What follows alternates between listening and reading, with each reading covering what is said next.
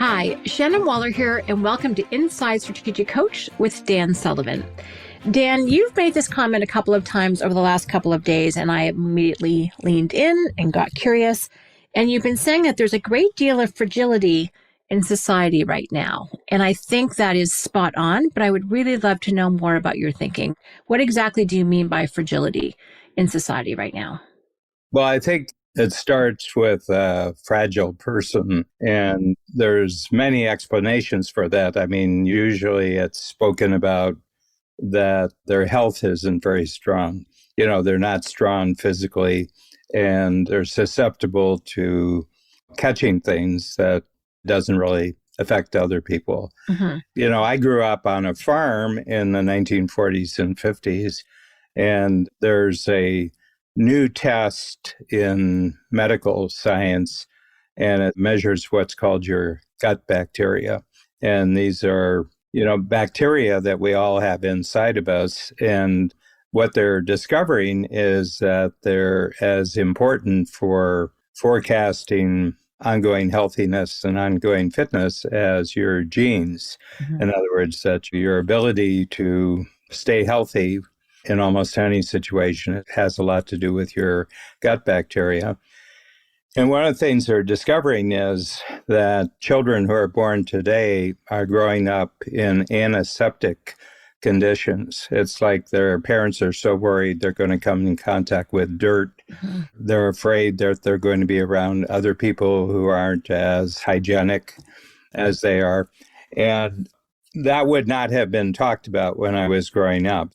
And they've got 5 or 6 allergies. They've got food allergies, or they've got substance allergies, like they can't be around certain smells. They can't be around certain types of sprays. I've been pondering it, and I think some of it is not physical at all. It's psychological and emotional. But to go back to gut bacteria, when I take tests, I get tested for allergies. So I have blood tests taken, and almost nothing shows up for any kind of allergy. Then there's tests you can do of what the amount and the quality of your gut bacteria is. And I'm on a scale of 10, I'm very close to 10. So some of the more perceptive medical practitioners, they said, "How'd you grow up as a child?" And I said, "I grew up on a farm." And so one of them said, "Do you eat a lot of dirt?" And I said, "Oh yeah, I'm easily 10 pounds. By the time I was 10 years easily, I'd eaten 10 pounds of dirt." He laughed and laughed, and he said, "Well, that dirt was good for you. There's just millions and millions of really good bacteria in the dirt. Dirt, on a farm is really healthy dirt. I mean, not if it's got a lot of disinfectants or herbicides, Chemicals, yeah. got to watch out for that." But that wasn't true in the 1950s and 1960s. So it was just scoping out the extremes of how far I can go with this conversation right now. That's pretty far, Dan. Yeah. But the whole point is that that's one aspect of fragility. And I've just been really healthy all my life. I get occasional colds. I have the mandatory flus. I had mumps, I had measles. But what I notice is I'm really physically robust. That was the word I was thinking. Robust is a good word. And the old expression, Dan, you have to eat a peck of dirt before you die. I think you accomplished that early. Yeah. Which I like. Do the heavy eating before you're 10. But then I began thinking about it with changes in the world, like certain elections starting probably in the middle, like the 2016 election. I noticed that people just had meltdowns. Yeah. And I said, it's an election, and you win some, you lose some. And what I noticed generally when the vote is disappointing to you, you kind of shake it off the first day and you go back doing what's really important in your life, like your work and, and being supportive of all the relationships you have in life.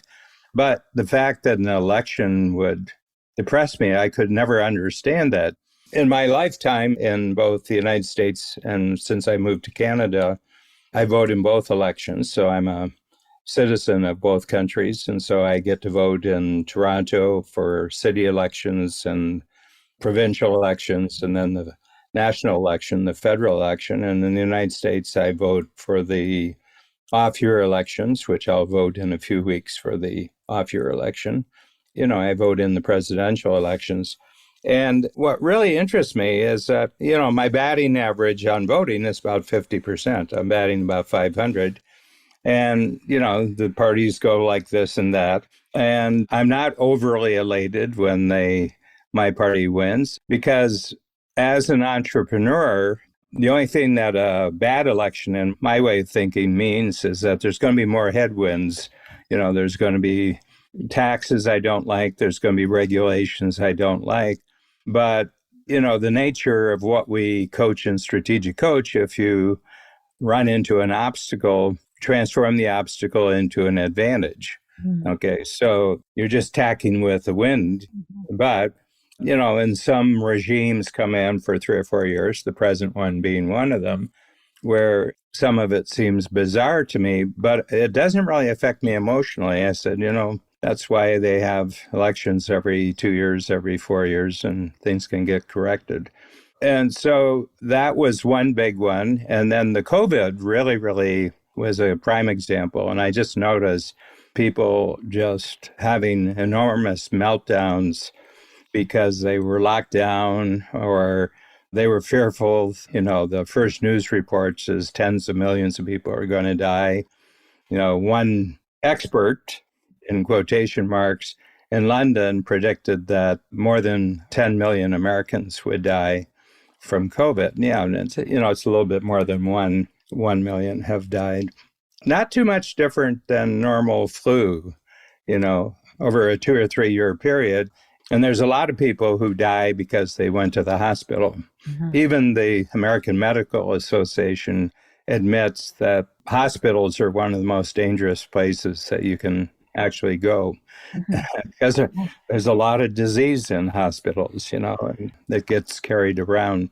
So one of the things that I think that, just as a general statement, stepping back about fragility, one of the biggest reasons why people are fragile is that they're ignorant. So that's a really interesting statement, Dan. So they're ignorant. So they're, as the expression goes, in their feels, they're feeling things, but they don't actually know the rationale or the science or the facts behind the circumstances. Is that what you're saying? Or the reality of the threat. Mm-hmm. They really don't know the reality of the threat. I mean, they're obviously experiencing a threat of some sort, but I don't think that they've actually studied it. They've picked it up in social media, or they've picked it up by... Or regular media. Yeah, regular media, or people, they travel in circles that are sort of fear-mongering circles, kind of threat cycles. And what it means is they don't have knowledge. They haven't really actually studied it. I've read about 25 books on the climate situation, and more, it said that carbon dioxide, first of all, we know that carbon dioxide is wonderful for plants, and that, in fact, as carbon dioxide grows, the amount of it, and we're not by any means at high levels, we're still in the very, very low range of carbon dioxide since we've had an atmosphere on the planet, which is about 4.5 million years that we've had a atmosphere, and it's a very minute, very, very tiny portion of the atmosphere. And that, in fact, what they're discovering is they know when the cold periods were, they know where the warming periods were, because they can measure against all sorts of geological, and they can measure against trees, that live a long time. You can see how much carbon dioxide they had or what the impact was. Mm-hmm. And it seems now that whenever the Earth warms, about 20 years later, the carbon dioxide starts going up. Mm-hmm. So the carbon dioxide doesn't go up, and then the Earth warms, the Earth warms, and then the carbon dioxide goes up. Right. And what the thesis is right now is the ocean water warming up, and there's an enormous storage of carbon dioxide in the oceans. And when they warm up, they release some of the carbon dioxide into the air. Okay. Mm-hmm. And this is for scientific debate. What do you think? They're looking at the evidence. It seems like people are very vulnerable or susceptible. This whole fragile, it seems, my joke has been rationality seems to have left the building. So I concur with you, Dan. Why is it that people are just so ungrounded, just not asking those questions? Like, what are your thoughts as to where this mindset came from? And most importantly, how people can become anti-fragile? How can they become stronger? I've got to guess. Okay. Okay. And I think it has to do with what happened in the world after the Second World War. Mm. By no means my original research or study here, but the First War and the Second War, they're basically the same war with a pause in between. And absolutely the most two destructive events in the history of the world. Okay. And it left almost every other country weaker and poorer as a result of it. Mhm. Even the countries that won, like Great Britain, paid a huge price for those two wars. They were one of the great powers before the First War, and they had been diminished enormously. And they were very poor. I mean, rationing of certain key things in society lasted until 1960, 15 years later, rationing in Great Britain. But one country ended up on top, and it was the United States. And the United States got stronger because of the Second World War. Its economy boomed, and it had no physical damage except for the island of Oahu in Hawaii. That was the only part of America that was actually damaged by the war. And that was a half-hour event right at the beginning of the war. And the United States ended up with a Navy that's hard for people to comprehend how powerful the U.S. Navy is. If you take all the other navies in the world and put them together, the American Navy is 10 times greater in power than all the other navies in the world right now put together. 10 times? 10 times, yeah. One of their carrier groups, which is aircraft carrier with about 80 jets on it, and then a whole flotilla of other ships, plus submarines and all the satellite technology and communication goes along with that, is equal to about all, except about 3 or 4 other navies. Just one of them in the U.S. has 11 of these carrier groups. And what they did with the carrier groups, they guaranteed world trade. First of all, the U.S. opened up its treasury and lent enormous amounts of money to anybody who wanted to rebuild their economy and start manufacturing. And a lot of countries who were never manufacturing countries became manufacturing countries. You know, you had globalization, and global population increased by a factor of 3. I think it was 3 times. In 75 years, the global population has tripled. Those in poverty has been reduced by 90%. The same measure measured poverty in 1945. It's down 90%. People are healthier. Average longevity shot up about 35 years. And by any measure that you want to use, material life has just gotten incredibly better around the planet. Global tourism thrived, but it was basically because the United States was financing this global peace, and the U.S. military was guaranteeing that there was freedom of shipping, there was freedom of passage, freedom of transportation everywhere on the planet. All right, so that story is, but it was premised on one factor, and that was the Soviet Union. Because the Soviet Union had goal to take over the whole world with what is basically a no-fund system, you know, a very, very bleak no-fund system. And whatever the Soviets touched got worse as a result of their touching it. So America said, we can't let this, it's like a cancer, we can't allow this cancer to get out. And so they cooped them up, and they created a prosperity curtain around the Iron Curtain. So what happened, and that's a long story short, but it ended 31 years ago, was December 1991. The Soviet Union, without anyone's permission, collapsed. But the rest of the world had such a good deal going from the financial and military protection that the United States paid that they acted as if nothing had happened. But starting in right the next year, American presidents saying, why are we doing this anymore? The game's over. Why are we still on the field when the game's over? Why have none of the people in the stands left? And everybody's just cheering and cheering, cheering, because no one wants the deal No. to end. It was a very cheap deal. Most countries didn't have to pay anything for defense. All the money that used to go to defending themselves, or no defense problems. And they poured it into social programs and all sorts of other things, but not really keeping themselves robust as countries. The world, except for the United States, became very fragile defensively, and we live in one of them called Canada. Right. Canada doesn't pay anything for its defense because the United States provides all the protection. And my sense is that the fragility really starts at the national level. There's a sense in the country, if anything bad really happened, we don't know that we could actually pull things off here. So there's a creeping sense of fragility that starts at the national level, and then it works its way down through society, through the educational system. And there's a certain amount of make-believe that comes into people's thinking about the world. Well, the United States really isn't that important, and it's kind of a bad country anyway, and they start criticizing. The reason why they're criticizing this country is because their entire future depends upon this country, and that doesn't feel good, that our entire sense of protection and health and fitness depends upon this one country. And the whole educational system is pumping out jobs that are going into organizations and that are tied to a world which the United States, starting about 30 years ago, said we're not going to support and protect anymore. And we're 30 years down the road. And what it means is that you go off to college and you study things that only have a bureaucratic use after you graduate. In other words, you're not learning a skill, you're not learning a trade, you're not learning how to make things, you're not learning how to invent things.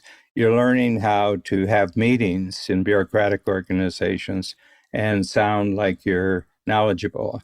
Somewhere around the last 5 or 6 years, it's dawned on a lot of children, and it's dawned on their parents, that the educational system is essentially worthless for making the children strong. It's an educational system that makes children fragile. So I think what we're doing is we're getting the full impact of about 30 or 40 years of an educational system that teaches children to be frightened and to be scared and to blame their problems on other factors besides the fact that they just didn't do the work and they just didn't learn the knowledge and they just didn't develop the skill.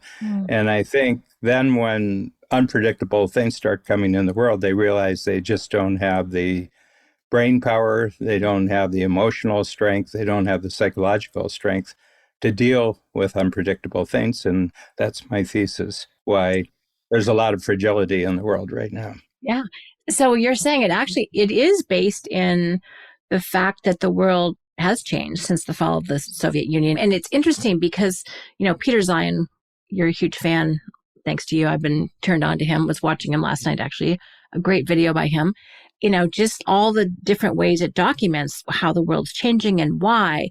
But people are attributing that change to things that are in fact, political and national and economic. So they're making up stories of why they're not feeling good, but it has nothing to do with any of the reasons that they're pointing out. They're fictitious, they're fraudulent, okay? And the reason is that to fully engage with the idea that maybe our country is fragile is too big a thought.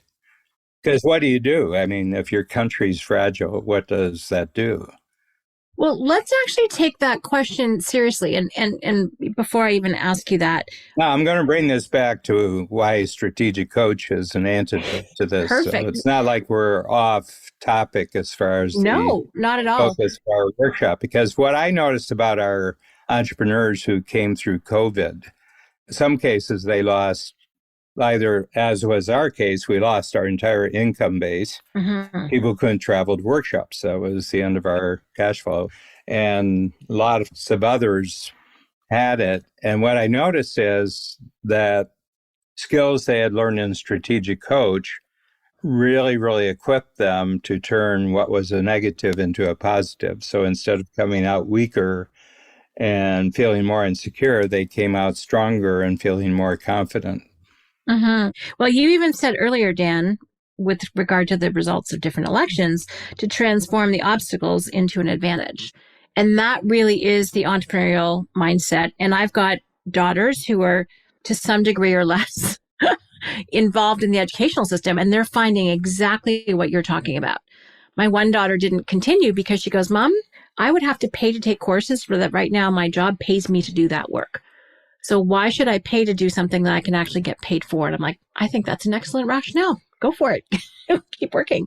Right. So it's not as relevant. It's not as useful. And more importantly, it's not teaching people how to transform obstacles into advantages. So this is my next question is how can people become anti-fragile? What are some of the action steps, rationale, ways of approaching things that actually doesn't keep them vulnerable this way? Because you're right, it's completely not a fun feeling to feel so much like you're on shaky ground all the time. So what can we do?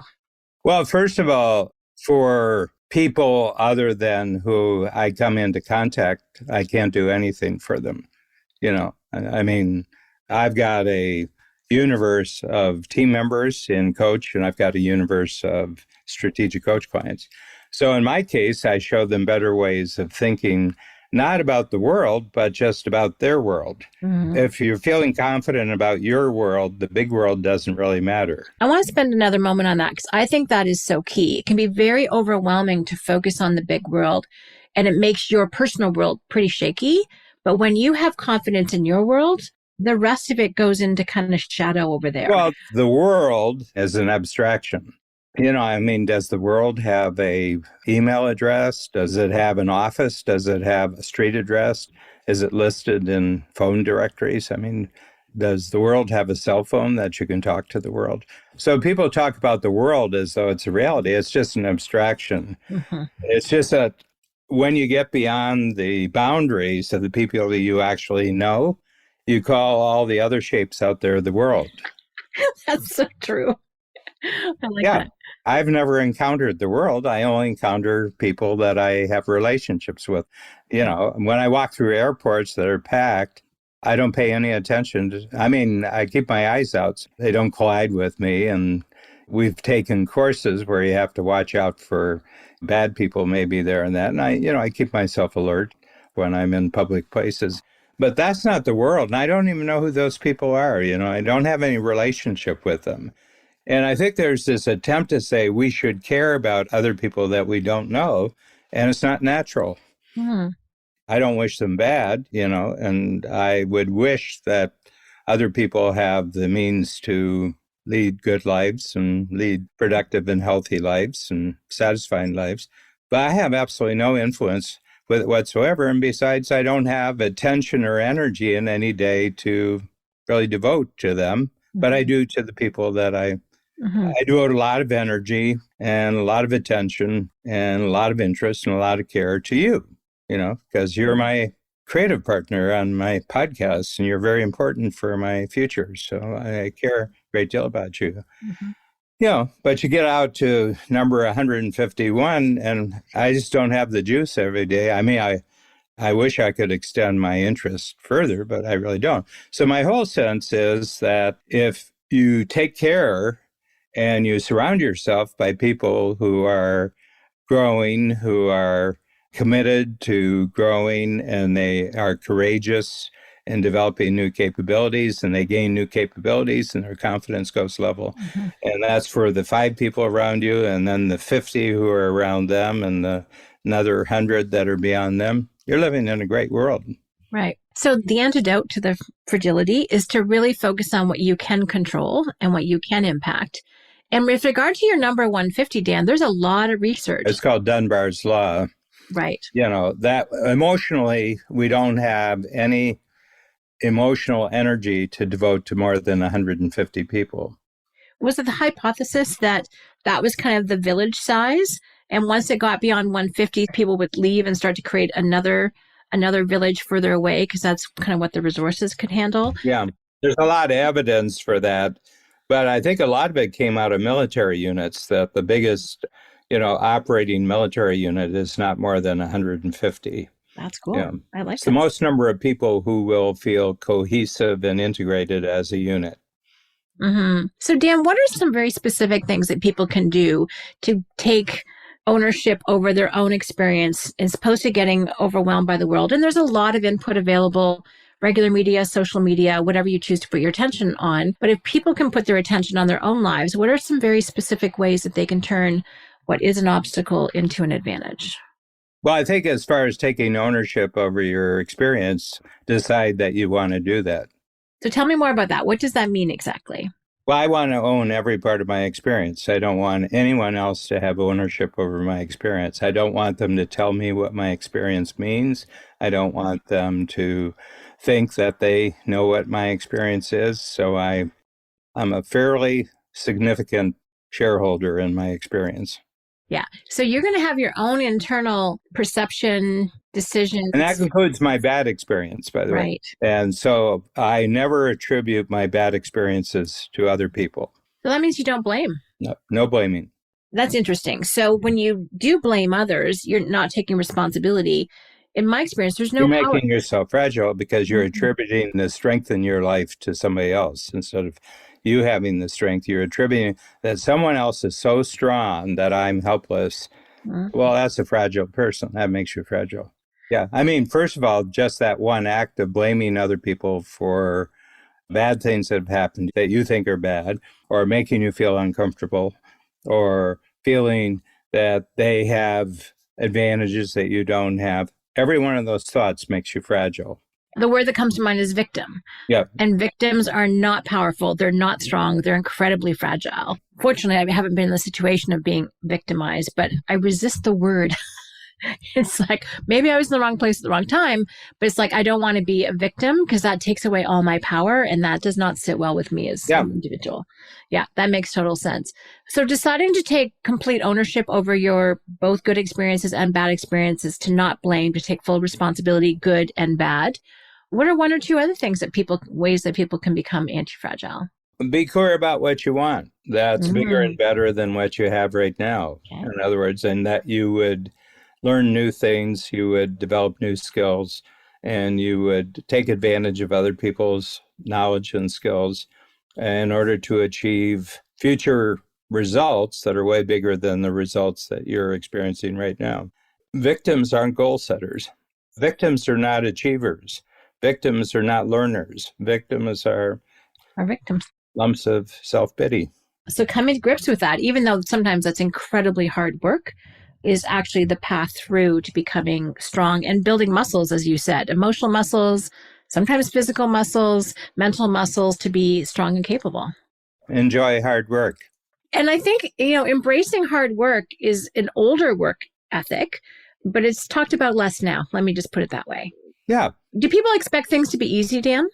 They want to get things without any effort on their part, to be given things. I think people want to be given things, but with the proviso that they complain that it's not enough. Complainers are fragile. This is a really simple example, Dan. We all ingest a lot of media. And I know you don't watch television, which is, the world's become a better place since you stopped. Specifically television. I watch YouTube. Yeah. I have favorite speakers and thinkers that I watch their YouTube videos, and I read lots of books. And I realize that often when I'm watching someone do something, I'm watching the sped up version. So in my head, first of all, I'm watching someone who's expert, who's put hours and hours of experience in it. And then I'm watching someone who has not only done it really well and crafted it, but can do it quickly, even without the video being sped up, and then it's sped up. So I'm thinking that this cake or this painting or this whatever they're doing actually happens that way. It's not true. Things take a lot more work, a lot more time, a lot more effort. And to actually embrace the fact that that's normal, that's good, that's how we get it into our being. You can't put on 20 pounds of muscle in one exercise session. Yeah. This takes endurance a little bit. Yeah. And I think that you can use sort of physical terms to describe you're just eating carbohydrates with no protein. That makes you very fragile. Yeah. I mean, it doesn't take long on a diet of all carbohydrates and no protein.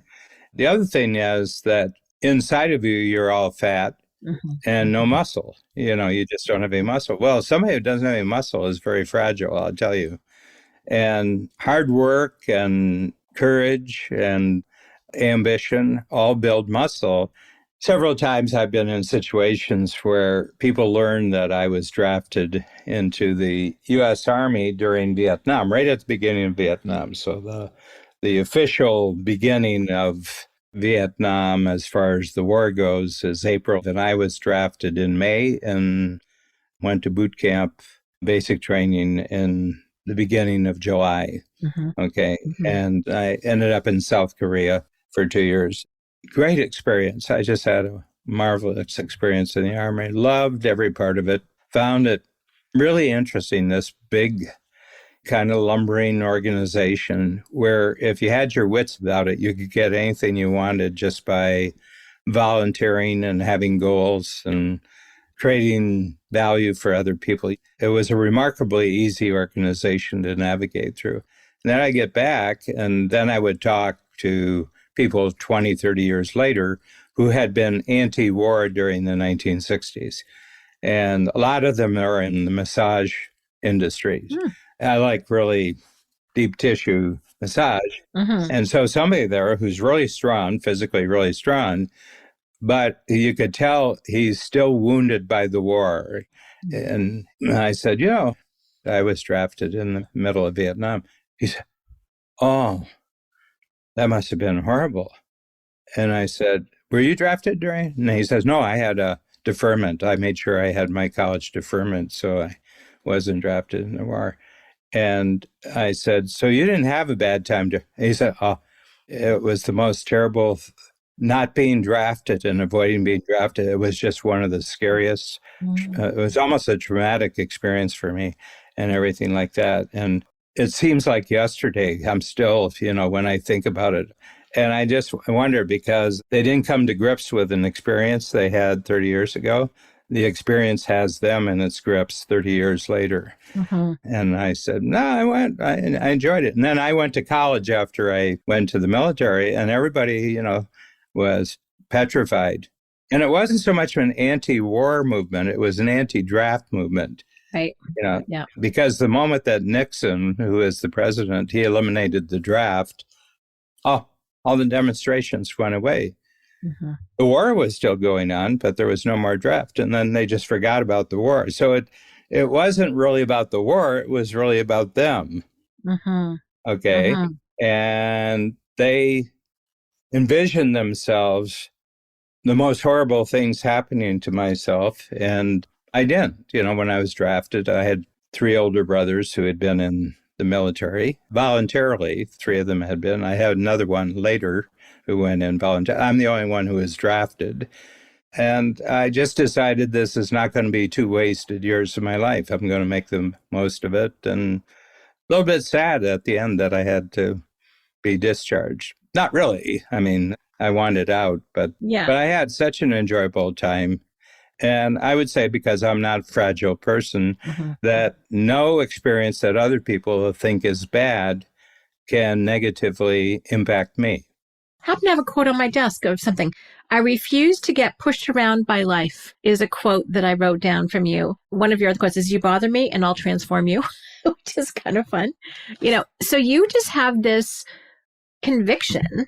And it's a mindset. And, coach and all of this, I think, really comes down to mindset, that you are going to take any experience that either life provides for you, whether it was your idea or not, if it's your own idea, and you are going to make the best of it. Either it's going to be a great experience, or it's going to provide incredibly powerful learning so that you end up stronger, more capable, more resilient at the end of it. That's just not an option for you. That's how you live your life. And you're anything. And you're probably the most anti-fragile person I know.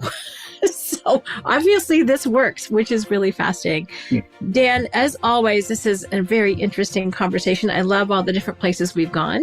And thanks for giving the solution for how to be anti-fragile. I really appreciate that. Thank you, Shannon.